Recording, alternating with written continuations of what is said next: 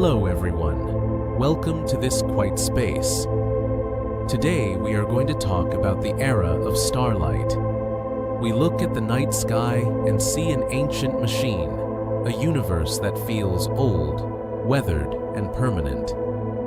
But this is a deception of scale. To the human eye, the stars appear as eternal fixtures, diamonds stitched into a fabric that has always been and will always be. Yet, the data tells a different story. If we look at the timeline of the cosmos, not in years, but in decades of logarithmic time, we realize something profound. We are not late to the party. We are not witnessing the end of the glory days. We are, in fact, the very first ones to arrive. We have opened our eyes in the brief, golden morning of the universe, a fleeting moment known to cosmologists as the stelliferous era. This is the only time when the sky will be filled with light. Before us lay the dark ages, and ahead of us lies the long, cold settle of the degenerate era. Most people think of the Big Bang as a distant history, an event that finished billions of years ago. But if you look at the physics of star formation, you realize that the explosion is still happening. The dust is still settling. The lights are still coming on. We often feel small, insignificant, mere data points in a vast, uncaring void. But this insignificance is actually a privilege. It means we are the witnesses. We are the awake ones. By the end of this journey, you will understand why the silence of the night sky is not a sign of emptiness, but a sign of a beginning. You will see that we are the early witnesses, awake during the only time the universe is bright enough to be seen. To understand this morning, we must first look at the long night that preceded it. Long before there was light, there was only fog.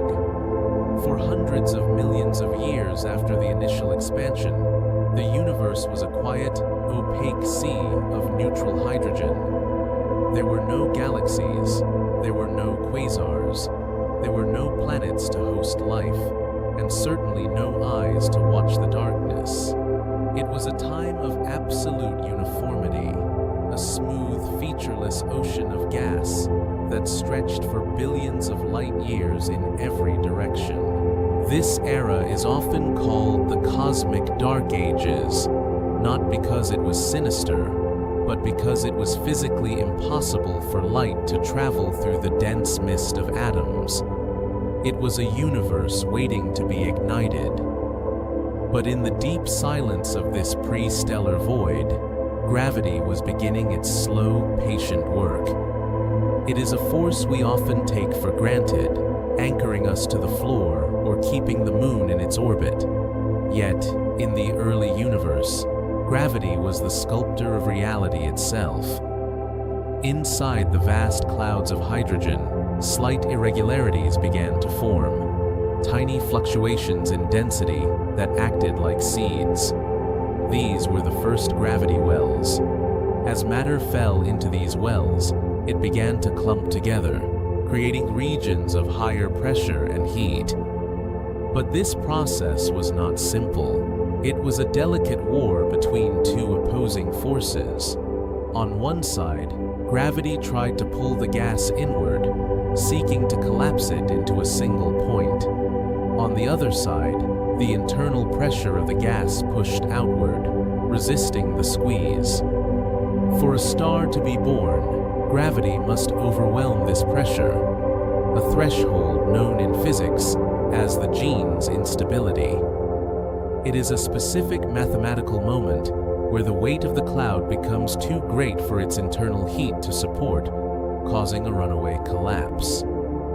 This is not a matter of chance, it is a matter of critical mass. The cloud must gather enough material so that its gravitational potential energy exceeds twice its internal kinetic energy, a balance described by the virial theorem. In the modern universe, this process is contaminated by heavy dust, and metals from previous generations of dead stars that help cool the clouds and allow smaller stars, like our Sun, to form. But in the pristine environment of the early cosmos, there were no metals. There was only pure hydrogen and helium. This meant that the first stars, known as population 3 stars, had to be monstrous. Without dust to help cool the gas, the clouds had to be immense to trigger a collapse, resulting in stars that were hundreds, perhaps thousands of times more massive than our own Sun. These were the giants of the dawn. They were hot, blue, and incredibly luminous, burning through their fuel with a reckless intensity that the universe has not seen since. It is difficult for us to imagine a star of this magnitude. If one were placed in the center of our solar system, it would not just swallow the Earth. It would extend out past the orbit of Jupiter, bathing the entire system in a blinding, searing ultraviolet light. When these first engines ignited, they did not just shine. They transformed the very medium of space. They released a torrent of high-energy photons that tore through the surrounding hydrogen fog, stripping the electrons from their protons, in a process called reionization. It was not a violent explosion in the traditional sense, but a clearing. Like a morning mist burning off under the heat of a rising sun, the opacity of the universe began to fade. Bubbles of transparent space grew around each new star, expanding and merging until the entire cosmos was clear. The lights had turned on, the fog had lifted, and for the first time, the structure of the universe, the great cosmic web of filaments and nodes, was visible. We look back at this era through our most powerful telescopes, digging through the layers of time like archaeologists sifting through soil, trying to catch a glimpse of this first light. It is a reminder that the transparency we enjoy tonight, the ability to look up and see the Andromeda Galaxy or the Pleiades, is not a default state of nature. It is a legacy left to us by those first massive titans that burned hot and died young, clearing the stage for the long, steady era of starlight that we now inhabit. That is why, when we look deep into the void, we are not looking at empty space. We are looking at history. The photons hitting your retina when you gaze at a distant star have traveled across a timeline that dwarfs the existence of our species, our planet, and even our Sun. They are messengers from the dawn. And as we drift further into this story, you may notice that the universe is not just a collection of objects, but a process. A slow, unfolding bloom of energy that has moved from the chaotic heat of the Big Bang to the cool, organized structure of the galaxies we see today. But this organization came with a cost. The first stars, those population 3 giants, were doomed by their own size. They burned their fuel at a voracious rate, living for only a few million years, a blink of an eye in cosmic terms. When they died, they did not fade away quietly. They detonated in hypernovae, explosions of such immense power that they seeded the virgin universe with the first heavy elements. Carbon, oxygen, iron, the very building blocks of life, were forged in these cataclysms and scattered across the dark like seeds in a field. It is a strange comfort to realize that the iron in your blood and the calcium in your bones were not created here on Earth. They were cooked in the hearts of these ancient, long-dead stars and flung across the void to eventually coalesce into the world you see around you. We are, in a very literal sense, made of the debris of the first morning. We are are the ash of the first fire. And now, billions of years later, we have developed eyes and telescopes to look back at where we came from. It is a sleepy science, this archaeology of light. It requires patience. It requires us to sit in the dark and wait for the faintest signals to arrive. But it also requires us to understand the engine that drives it all, the star, the fusion reactor that keeps the night at bay. To understand why the lights stay on and why we are lucky enough to live in the era of starlight, we must look closer at the mechanism itself. We must descend from the galactic scale down to the atomic, to the very core of a star, where a physical impossibility is happening every single second. It is a place where matter is crushed so tightly that it forgets it is matter and becomes pure energy. This is the fusion engine, and without it, the universe would have remained a cold, dark, and silent ocean of gas, forever waiting for a sunrise that never came. To understand the engine that drives the stars, we must shrink down to a scale so small that the traditional laws of physics begin to blur. In the crushing darkness of the solar core, the density is 150 times that of water, and the temperature sits at 15 million degrees. Yet, according to classical mechanics, this environment should be silent. It should be too cold for fusion to occur. This is the great paradox of the sun. The protons that make up the star's fuel are positively charged, meaning they repel one another with a ferocious intensity, like two strong magnets fighting to keep their north poles apart. In theory, they should never touch. They should bounce off one another, leaving the star inert and dark. But the universe has a way of bypassing its own barriers. At this quantum scale, a proton is not a solid sphere, but a wave of probability, a ghostly smear of potential location. This allows for a phenomenon known as quantum tunneling. Every so often, a proton does not need to overcome the repulsive force. Instead, it simply borrows energy from the future to exist on the other side of the barrier. It cheats the laws of classical resistance, slipping through the electromagnetic wall to fuse with its neighbor. This is the proton-proton chain reaction. It is a slow, difficult dance, occurring so rarely for any individual atom that a single proton could wait billions of years before fusing. But because the sun contains such a vast number of atoms, this rare event happens countless times every second, sustaining the furnace that keeps us alive. When these protons finally merge, they transform. Two hydrogen nuclei collide to form deuterium, releasing a positron and a neutrino, ghostly particles that fly instantly out of the star.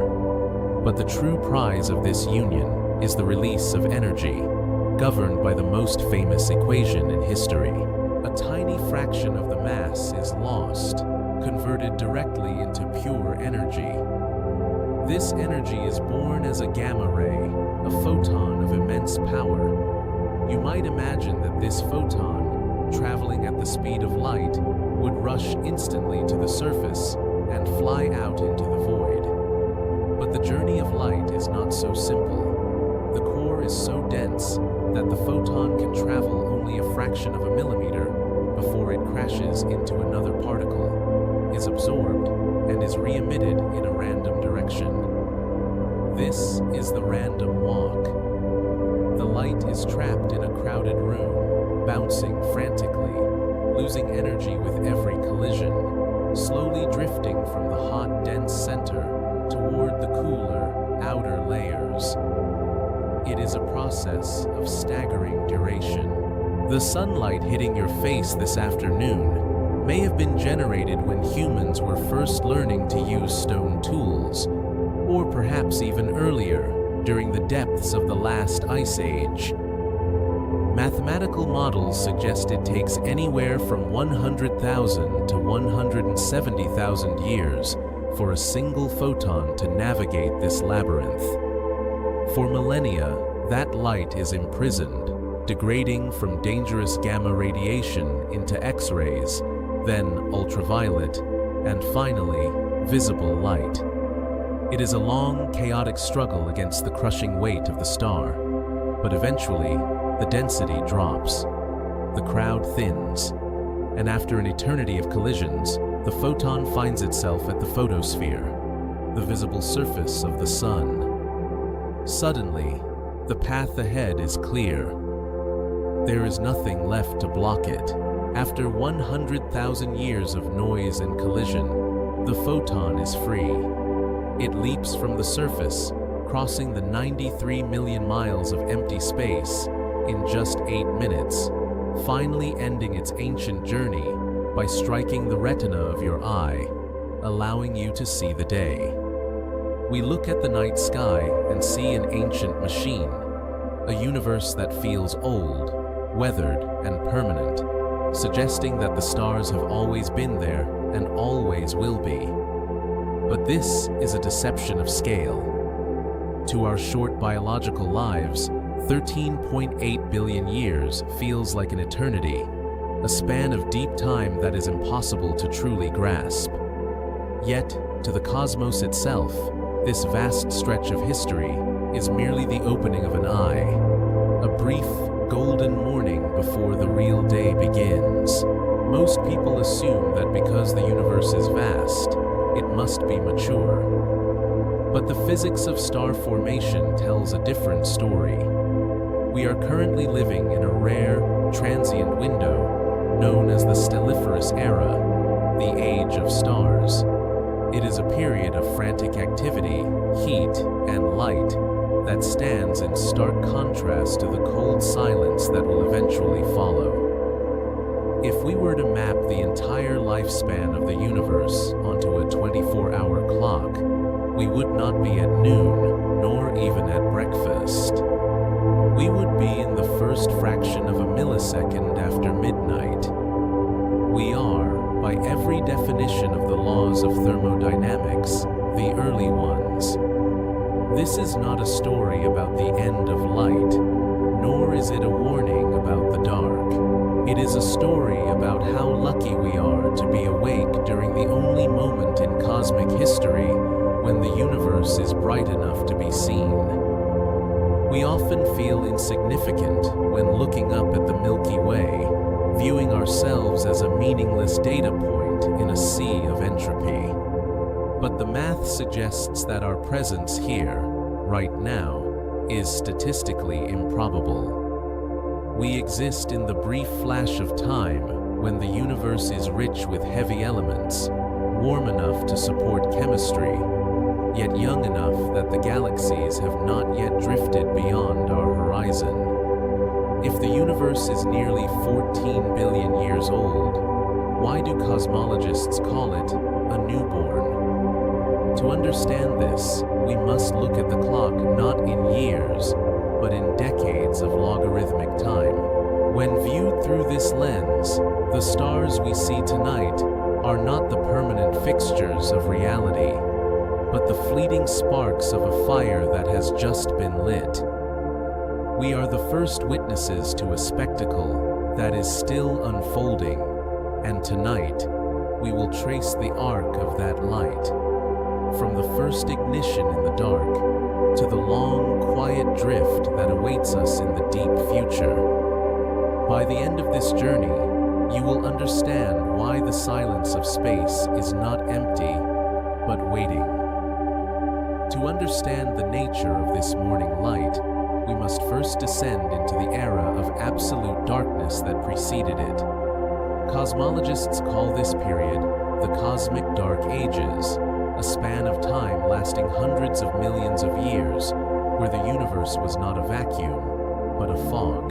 Following the initial cooling of the Big Bang, the cosmos was filled with a pervasive, opaque sea of neutral hydrogen gas, a material so thick that it trapped light within itself, rendering the entire structure of reality invisible. It is helpful to think of this not as looking up, but as digging down. We are effectively cosmic archaeologists, excavating through layers of time to find the bedrock. The cosmic microwave background is the floor of our excavation, the afterglow of creation. But sitting immediately above it is this dark, silent layer of sediment where no structure had yet formed. There were no galaxies to anchor the sky, no quasars to pierce the gloom, and certainly no planets to harbor life. There was only the subtle, invisible interplay of baryonic matter and dark matter drifting in the void. But within this fog, a delicate mechanism was beginning to turn. The formation of the first structures relied on a precise physical threshold known as the gene's instability. For a cloud of gas to collapse into a star, gravity must overcome the internal pressure of the gas itself, a battle between the heat pushing out and the mass pulling in. In the early universe, without heavy elements to help cool the gas clouds, this collapse was incredibly difficult to trigger. The gas had to be enormous, gathering into pockets of immense density before the virial theorem, the balance of kinetic and potential energy, could be tipped in favor of collapse. When this threshold was finally crossed, the result was not the gentle birth of a sun like ours, but the ignition of giants. These were the population 3 stars. They were composed entirely of primordial hydrogen and helium, free of the metallic impurities that dampen the fusion of modern stars. Because they were pure, they were massive, burning with a ferocity and temperature that we can scarcely imagine today, hundreds of times the mass of our sun, and millions of times brighter.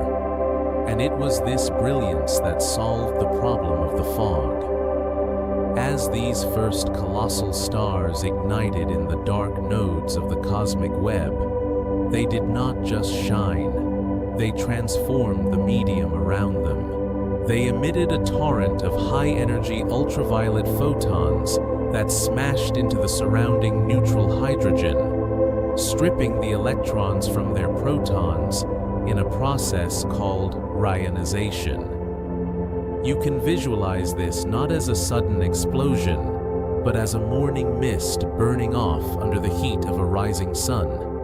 Slowly, pocket by pocket, the universe became transparent.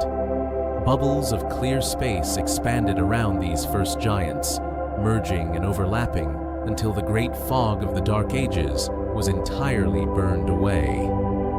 This was the cosmic dawn. It was the moment the universe switched on the lights, revealing a structure that had been building in the dark and ending the long silence of the initial expansion. We are living in the direct aftermath of that clearing, swimming in the light that was made possible by those first ancient engines. To understand the era we currently inhabit, we must first understand the architecture of the time that came before it. If we view the history of the cosmos not as a linear timeline, but as a geological dig, we are currently standing on the surface layer, surrounded by the complex debris of billions of years of stellar evolution. But to see the foundation, we must dig down through the strata of time, past the era of galaxies, past the formation of the first quasars, until we hit the bedrock of the universe. This bedrock is the cosmic microwave background, the afterglow of the Big Bang itself. But immediately above this floor lies a layer that astronomers call the cosmic Dark Ages. It is a period that lasted for hundreds of millions of years, a time when the universe was filled with a thick, opaque fog of neutral hydrogen gas. There were no stars to shine, no galaxies to spin, and no light to cast a shadow. It was a sea of darkness, silent and uniform, waiting for the first spark to catch. The intellectual knot here is how structure could ever emerge from such a perfect, pressurized fog. In a universe filled with hot, expanding gas, the internal pressure of the atoms naturally pushes outward, fighting against the pull of gravity that wants to bring them together. For a star to form, gravity must win this tug of war. It must overcome the thermal energy of the gas and force it to collapse into a dense core. This critical tipping point is defined by a specific physical threshold known as the gene's instability. It is a delicate calculation, a balance between the temperature of the cloud, its density, and its mass.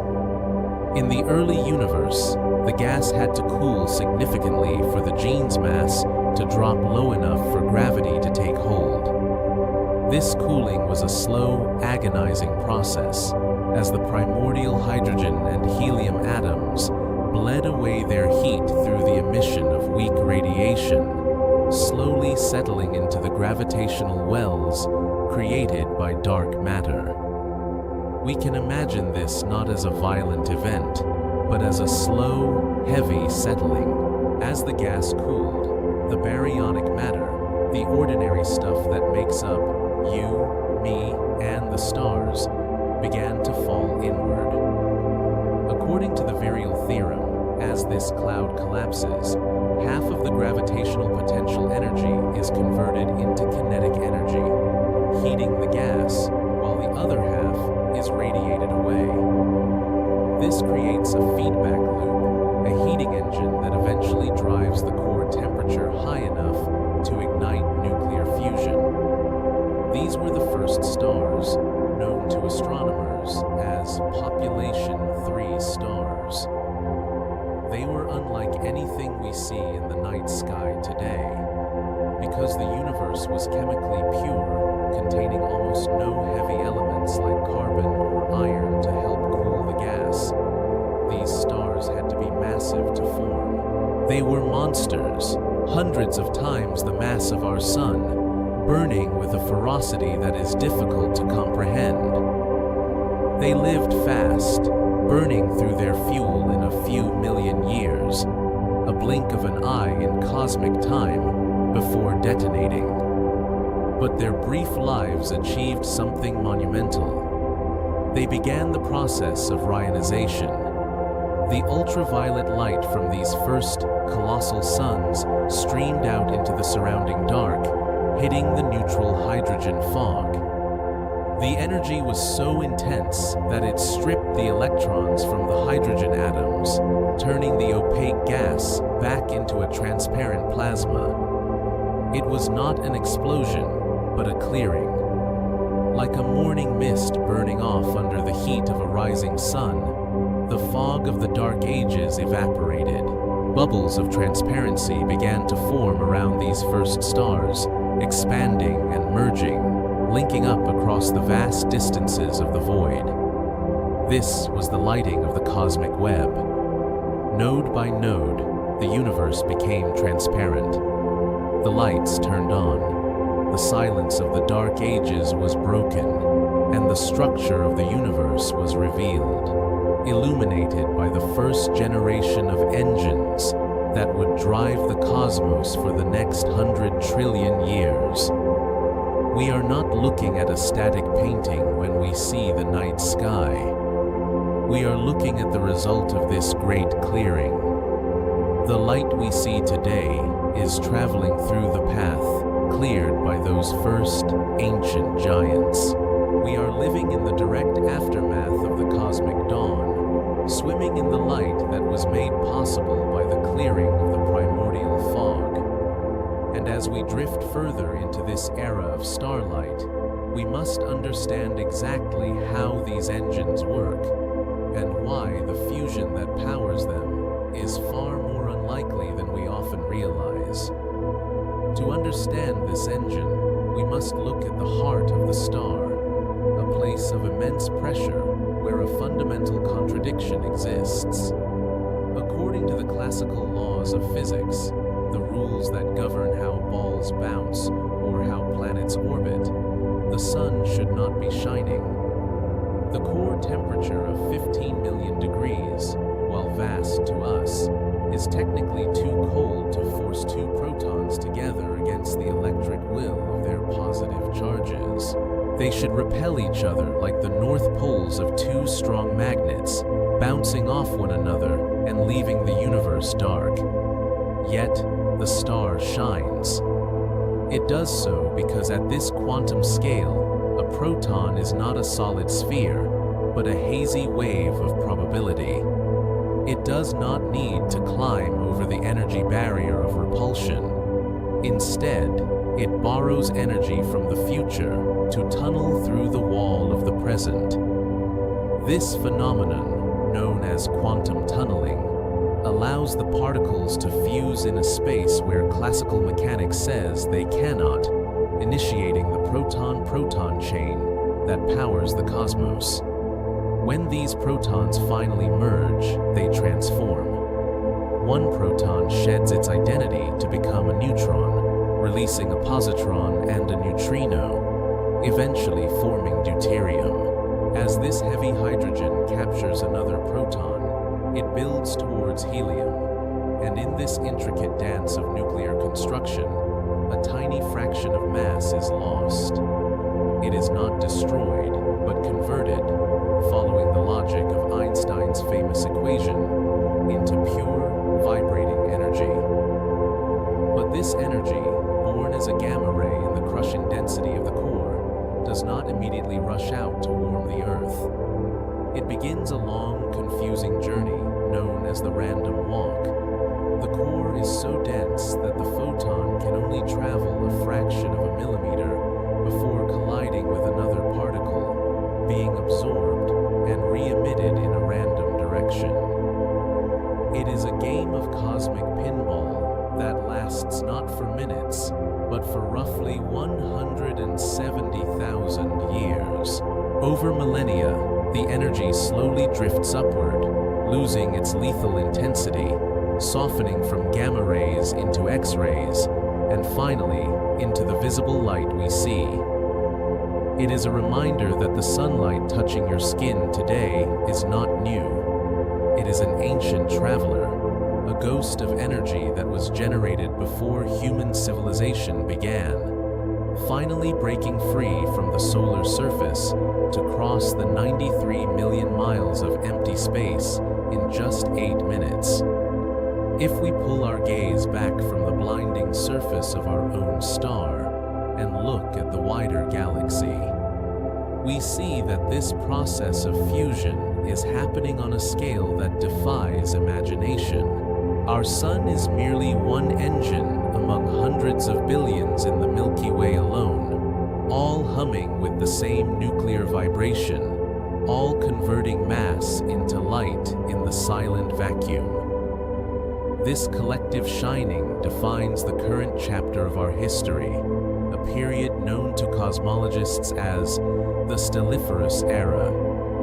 It is the age of stars, the only time in the entire lifespan of the universe when the cosmos will be this bright, this warm, and this active.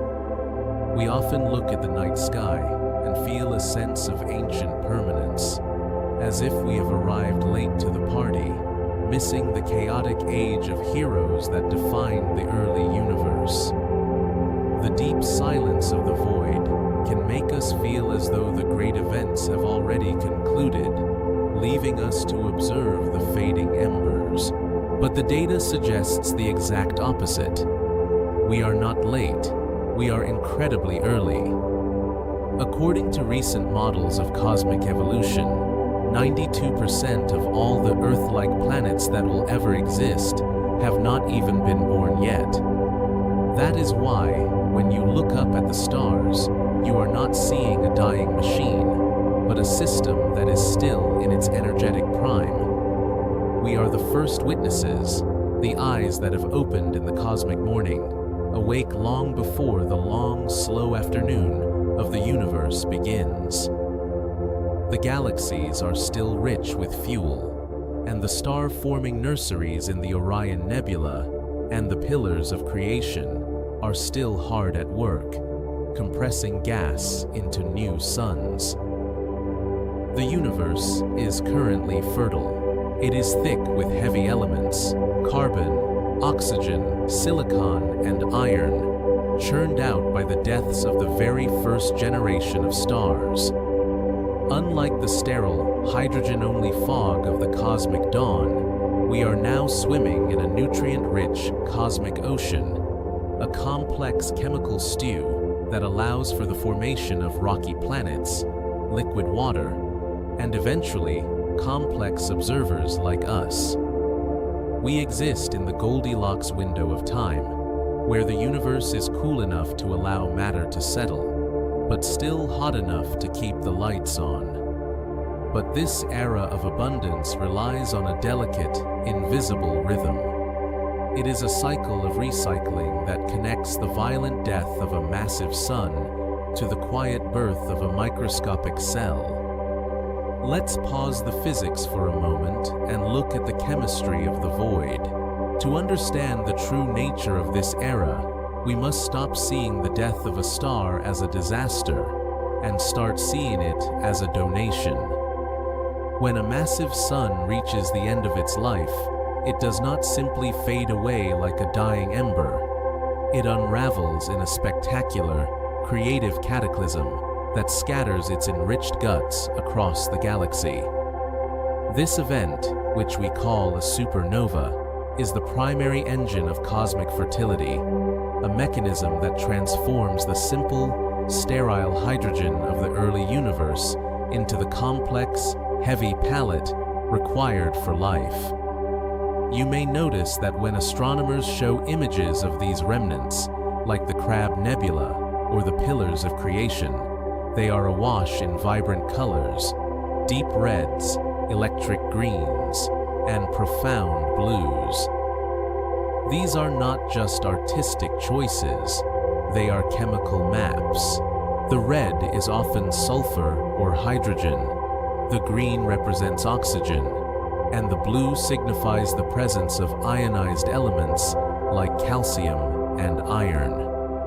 If you could float through these clouds, protected from the radiation, you would not feel the shockwave as a destructive blast, but perhaps as a warm, relentless wind, pushing against you with the weight of 1 billion years of fusion history. It is a strange and beautiful thought that the iron coursing through your veins right now, carrying oxygen to your brain as you listen to this, was not forged on Earth. The intense heat of the Big Bang was only enough to create the lightest elements, hydrogen and helium. The iron in your blood, the calcium in your bones, and the carbon in your DNA were all forged in the crushing, desperate final moments of a star that lived and died long before our sun was born. We are, quite literally, the ash of long-dead gods, reassembled into a form that can look up and wonder about its origins. This process is governed by a limit known as the iron peak. Inside a star, fusion releases energy by smashing atoms together to make heavier ones, keeping the star hot and stable against the crush of gravity. But iron is the cosmic stop sign. Fusing iron does not release energy. It consumes it. Once a star builds an iron core, the engine stalls, the heat fails, and gravity wins instantly, collapsing the star in a fraction of a second before rebounding in a supernova explosion. This violence is not malicious, it is generous. Without this explosive dispersal, the heavy elements would remain locked forever in the hearts of dead stars, and the universe would be a sterile, empty place of light, gas, and darkness. Instead, the shock waves act like cosmic plows, churning the interstellar medium and compressing clouds of gas and dust until they collapse under their own gravity, to form new stars and new planetary systems. It is a slow, silent recycling system that operates on timescales that make our history seem like a single breath. The dust settles, like snow falling in a quiet forest, gathering in the gravity wells of the void, waiting to be heated by a new sun. We are currently living in the most fertile season of this cycle, a time when the galaxy is rich with the debris of the first generation, thick with the potential for rocky worlds and oceans. We are swimming in a nutrient-rich cosmic ocean, where the destruction of the past becomes the geology of the present. Let us pause the physics for a moment and look at the chemistry of the void. While the fusion engines of the stars provide the energy that lights the morning, it is the death of these stars that provides the texture of the world we know. When a massive star reaches the end of its life, it does not simply vanish. It unravels in a process that is often described as violent, but in the context of deep time, is better understood as a generous seeding. Inside the core, the star has spent millions of years fusing hydrogen into helium, then carbon, neon, oxygen, and finally silicon, building a complex ladder of elements that stops abruptly at iron. This is known as the iron peak, the thermodynamic limit where fusion no longer releases energy, but consumes it, causing the star to lose its long battle against gravity and collapse inward, only to bounce off its own core and scatter its enriched layers into the dark. To the eyes of a distant observer, this event is a silent blossom of light, a sudden expansion that transforms a single point into a vast, glowing cloud. If you could see the remnants of such a moment, known as a nebula, you would see a painting suspended in the vacuum, where the greens of ionized oxygen mix with the deep reds of hydrogen alpha, creating a palette of colors that signifies the presence of heavy elements. It is not a chaotic mess, but a structured, expanding shell that carries the building blocks of future worlds outward into the galaxy. The shock wave from this event travels across the emptiness for thousands of years, eventually slowing down as it encounters the resistance of the interstellar medium. At this scale, the shock wave feels less like a destructive blast and more like a warm, insistent wind, a pressure wave that pushes against cold, stagnant gas clouds, compressing them just enough to trigger the collapse that will form new stars. It is a cycle of recycling that connects the death of a sun to the birth of a solar system.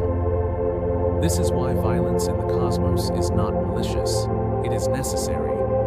Without this dispersal, the universe would remain a simple, sterile place consisting only of hydrogen and helium. The carbon in your cells, the oxygen in your lungs, and the iron that colors your blood red were all forged in these ancient furnaces and then cast out into the drift. It is a reminder that we are physically connected to these events, that the iron in your veins was once buried in the heart of a dying sun billions of years ago. As the energy of the explosion fades, the material begins to cool. The heavy atoms of silicon and iron condense out of the gas, forming microscopic grains of dust. You can imagine this dust settling, like snow falling in a quiet winter forest, drifting through the gravity wells of the void. It gathers slowly, clumping together over eons to form the rocky crust of a planet where, eventually, eyes might open to look back at the stars, unaware that they are made of the same light they are admiring. And when those eyes, sculpted from the iron and carbon of forgotten suns, finally turn upward to contemplate the dark, they are met with a magnificent magnificent deception. We are wired to believe that what we see is happening now, that the universe is a live performance unfolding in real time before us. But the cosmos is too vast for the concept of now to exist in any meaningful way. Because light is tethered to a finite speed, the night sky is not a window into the present, but a deep, glowing archive of the past. It is a strange and beautiful limitation that turns every observer into a time traveler. If you were to look at the moon tonight, you would see it not as it is, but as it was 1.3 seconds ago, a brief hiccup in time. But as your gaze drifts outward, past the orbits of the gas giants and into the interstellar medium, that delay stretches from minutes into centuries. The light from the stars you use to navigate may be the last gasp of a sun that died before the pyramids were built, a ghost image persisting in the sky long after the source has faded into a white dwarf. This effect becomes truly mind-bending when we look beyond the Milky Way. If you can find the faint, misty oval of the Andromeda Galaxy, you are catching photons that have been traveling for 2.5 million years. That light began its journey before humans walked the Earth, crossing the abyss while ice ages came and went, carrying the image of a spiral arm that has long since rotated into a new position. This brings us back to the journey of that single photon we traced from the core. Once it escapes the surface of its star, its struggle against density ends, and a new journey through the void begins. Across the great silence of the intergalactic deep, where there is nothing but vacuum and potential, the light travels unbothered. It glides through the emptiness for eons, preserving the memory of its birth with perfect fidelity, until it finally ends its pilgrimage by interacting with your retina, allowing you to witness a history that is no longer there. STRATEGYYBLOCKAUDIENCEP Anchoring, lungs/canvas. Production. Script.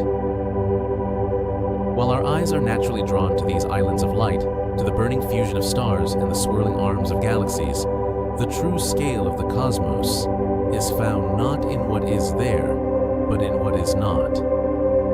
We often forget that the universe is primarily composed of silence. Between the rare scattered jewels of the galaxies lie the great cosmic voids, vast expanses of nothingness that stretch for hundreds of millions of light years, creating a sense of distance that the human mind can barely register. Consider the region known to astronomers as the Bootes Void, a spherical chamber of emptiness that is nearly 330 million light years in diameter.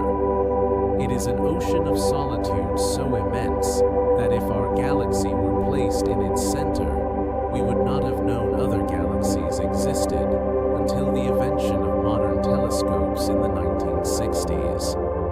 To drift in such a place would be to experience a solitude deeper than any found on Earth, a quietude that is not lonely, but peaceful. It is a silence so profound, it becomes a presence. We often fear the dark, projecting our terrestrial anxieties onto the emptiness. But in the grand architecture of the universe, the dark is simply the canvas upon which reality is painted. Without these vast stretches of negative space, the light would have no definition, and the structure of the cosmic web would collapse into a crowded, chaotic noise. These voids are not barren wastelands. They are the lungs of the universe, vast chambers of potential that hold the galaxies apart, allowing the cosmos to breathe. In this deep time, the emptiness acts as a preservative. While the galaxies churn and collide, engaging in their slow gravitational dances, the voids remain pristine, untouched by the heat of fusion or the violence of supernovae. They are the calm waters between the storms. If you were to float there, far from the interference of any star, you would find a darkness that is not blinding, but comforting, a velvet wrap that insulates the islands of matter from one another. That is why looking into the deep is so relaxing. It is a reminder that the default state of existence is not the frantic energy of a burning star, nor the busy complexity of a living planet, but the cool, steady stillness of the space between. It is a place where the concept of waiting loses its meaning, because there is nothing to wait for, only the eternal, quiet expansion of the deep. The stars may be the lanterns that guide us, but the voids are the ocean that holds us, vast and buoyant, carrying the weight of all things in a suspension of perfect balance. If we turn our gaze back from those empty depths to the scattered islands of matter, we find that the universe has prepared a failsafe against the dark. While the voids represent the vast spaces between, the stars themselves tell a story of endurance that we often overlook because our eyes are drawn to the brightest, most violent lights in the sky. We look at our own sun, a yellow G-type star, and assume it is the standard for how the universe operates. But the sun is a frantic, short-lived spark, a flashbulb that blinds the room for a moment before fading away. The true keepers of the light, the stars that will define the era of starlight long after we are gone, are much smaller, much dimmer, and infinitely more patient. These are the red dwarfs, the M dwarfs, the silent majority of the Milky Way. If you could drift close to one, like our nearest neighbor Proxima Centauri, you would not see a blinding white sphere, but a deep, glowing ember, radiating a warmth that feels closer to a dying fire than a nuclear furnace. Yet, this dimness is not a sign of weakness. It is a sign of extreme efficiency. While massive stars burn through their fuel with a reckless abandon, fusing hydrogen into helium at rates that tear them apart within a few million years, the red dwarfs sip their fuel. They operate on a metabolic scale that is almost impossible for us to comprehend, conserving their energy with a biological frugality helps astronomers understand that the secret to this longevity lies in their internal structure. Unlike the sun, which accumulates a core of helium ash that eventually chokes its reaction, red dwarfs are fully convective. They act like a pot of boiling water that is constantly stirred, cycling their hydrogen from the core to the surface and back again, ensuring that every single atom is available for fusion. They do not waste a drop of their potential. This mixing process means they will never expand into red giants to swallow their planets, nor will they explode in violent supernovae. They will simply burn, steady and true, for trillions of years. To put that number in perspective, the universe is currently 13.8 billion years old. A red dwarf born today will still be in its infancy when the universe is 1,000 times older than it is right now. We are living in the brief, explosive opening ceremony of the cosmos, but the red dwarfs are prepared for the long, quiet shift that follows. They are the tortoises of the galaxy, plodding forward with a slow, rhythmic consistency, while the hairs exhaust themselves and fade into the dark.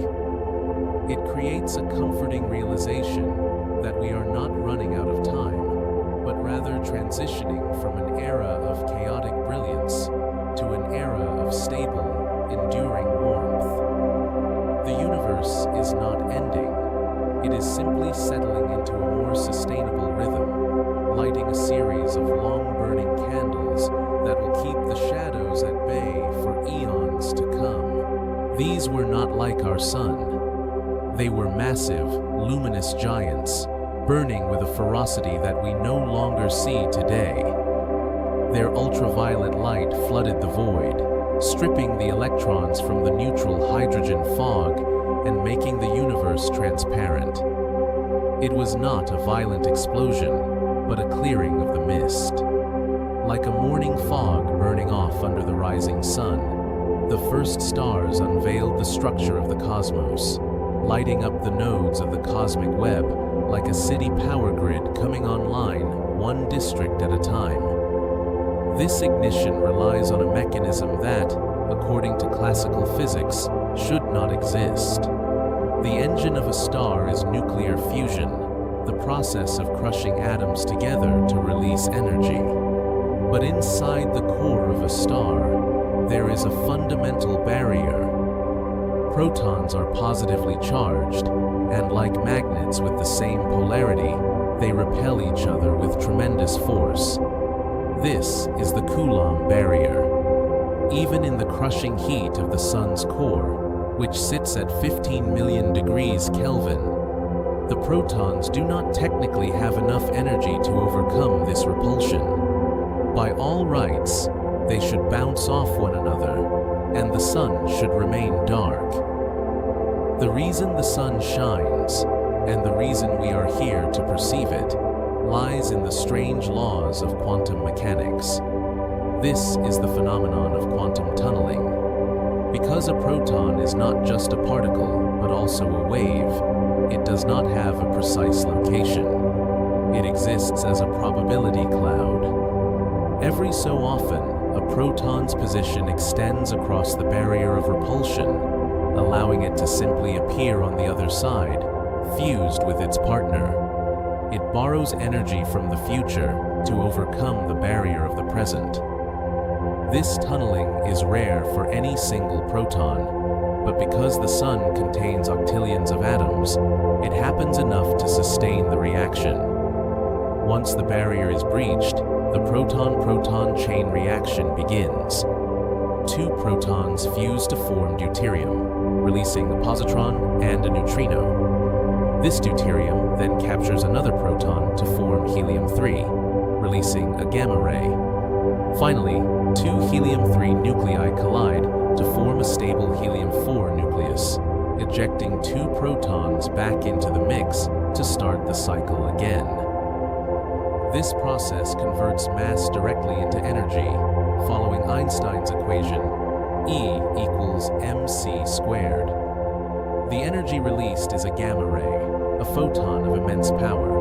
But this photon does not simply fly out of the sun.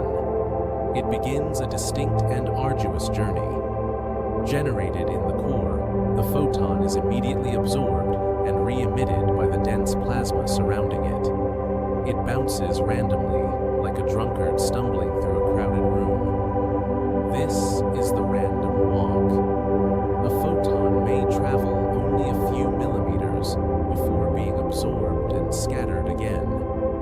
It takes an average of 170,000 years for that single packet of energy to navigate from the core to the surface of the sun.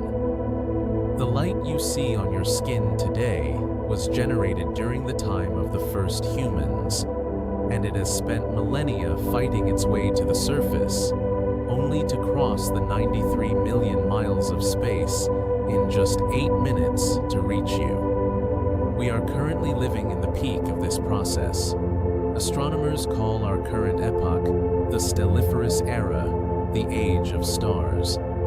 It is the time when the universe is most active, most bright, and most fertile. but the data suggests something profound. We are the early ones. A study of star formation rates indicates that 92% of the Earth-like planets that will ever exist in the universe have not been born yet. We are not late to the party. We are the ones setting up the decorations. The universe is currently thick with heavy elements, carbon, oxygen, iron, churned out by the deaths of the first stars. We are swimming in a nutrient-rich cosmic ocean, observing the universe at its most vibrant.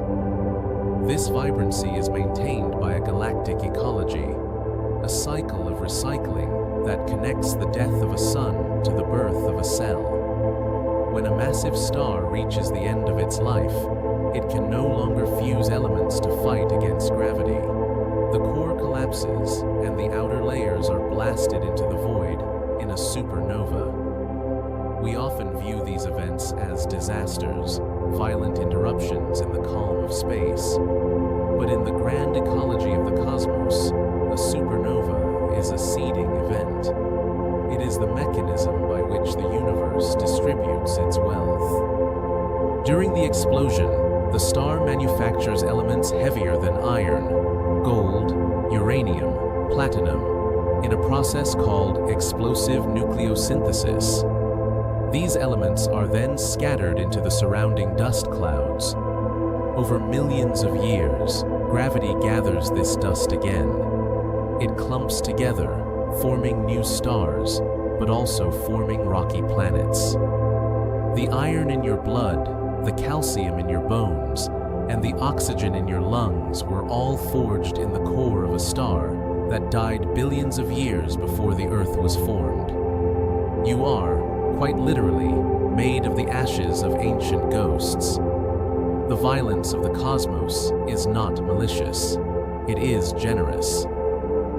When we look up at these stars, we are also engaging in a form of time travel. Light takes time to travel across the vast distances of space. When you look at the moon, you see it as it was 1 second ago. When you look at the sun, you see it as it was 8 minutes ago. But when you look at the Andromeda Galaxy, a faint smudge of light in the dark sky, you are seeing it as it was 2.5 million years ago. That light left its source when our ancestors were just beginning to use stone tools, traveling across the great silence of the intergalactic void, unbothered and untouched, until it ended its journey on the retina of your eye. This means that the farther out we look, the younger the universe appears. We are surrounded by a sphere of history. If we look deep enough, we see galaxies in their infancy, chaotic and unformed. We see the universe as it was, not as it is. It is a reminder that in space, distance is history. We are isolated not just by miles, but by eras. Between these islands of light, there is the silence. The majority of the universe is not stars or galaxies, but the voids between them. The Bota's void, for example, is a sphere of emptiness nearly 330 million light-years across. If the Milky Way were in the center of the Bota's void, we would not have known there were other galaxies until the 1960s. These voids are the lungs of the universe, holding the space between the structures. They are vast, silent, and cold, expanding as the universe stretches. We often fear the dark, associating it with the unknown. But in the context of the cosmos, the dark is the canvas. It is the stable, quiet background that allows the light to exist. A silence so profound, it becomes a silence so profound, it becomes a presence. A heavy, comforting blanket that wraps around the frantic activity of the galaxies. While the massive, bright stars capture our attention, they are the rock stars of the universe, living fast and dying young. The true keepers of the era of starlight are the red dwarfs. These are small, dim stars, often only a fraction of the mass of the sun. Because of their low mass, they burn through their hydrogen fuel with extreme efficiency. While our sun will last for perhaps 10 billion years, a red dwarf can burn for trillions of years. Proxima Centauri, our nearest neighbor, is a red dwarf. Long after our sun has expanded and died, turning into a white dwarf and fading away, Proxima Centauri will still be shining, a dim red ember keeping the watch. These stars are the tortoises of the cosmos. They sip their fuel, conserving their energy, preparing to keep the universe warm for a timeline that is effectively infinite compared to human history. The future of the universe is not one of sudden darkness, but of a long, slow, comfortable burn. It is a shift in perspective from a frantic consumption of energy to a steady, sustainable glow. The era of starlight will persist, carried on the backs of these small, quiet stars, glowing like embers in a fireplace that stays warm long after the flames have died down. Eventually, however, even the red dwarfs will exhaust their fuel. This leads us to the concept of entropy, often taught as a terrifying decline into disorder. But there is another way to view it. Entropy is the universe seeking rest. It is the tendency of energy to spread out, to move from concentrated knots of heat to a smooth, even distribution. Think of it not as decay, but as relaxation. The universe is loosening a tight knot, allowing the energy to flow until everything is at a comfortable, equal temperature. This process is the Great Settle. It is the universe finding its equilibrium. Heat moves from the hot stars to the cold void, warming the darkness, spreading the energy out until there are no more gradients, no more struggle. It is a state of perfect balance. The anxiety of maintaining structure, of fighting gravity, of fusing atoms, finally ceases. The universe breathes out and does not need to breathe in again. In this distant future, the sky will look very different. When stars like our sun die, they shed their outer layers and leave behind their cores. These cores are white dwarfs, dense, Earth-sized spheres of carbon and oxygen. They are no longer fusing atoms. They are simply radiating their stored heat. As they cool over billions of years, the carbon inside them will crystallize. They will become diamond stars. Imagine a sky not filled with burning balls of plasma, but with cooling crystal spheres, a diamond sky. These stellar remnants will drift through the dark, glowing with a soft white light, a memory of the heat they once held. They will be suspended in the dark like jewels in velvet, silent monuments to the era of fusion. It is a beautiful, frozen architecture, a gallery of stars that have finished their work and entered a state of permanent retirement. This leads us to the horizon of the great stillness. In the far, far future, long after the last star has flickered out, the universe will enter the degenerate era. This is a time of profound stability. The frantic collisions of the early universe will be over. The rapid expansion will have pushed the galaxies apart until they are lonely islands. The clock will effectively stop ticking, as there will be no major events to mark the passage of time. There is no rush here. There is no urgency. The universe will have settled into its final, comfortable shape.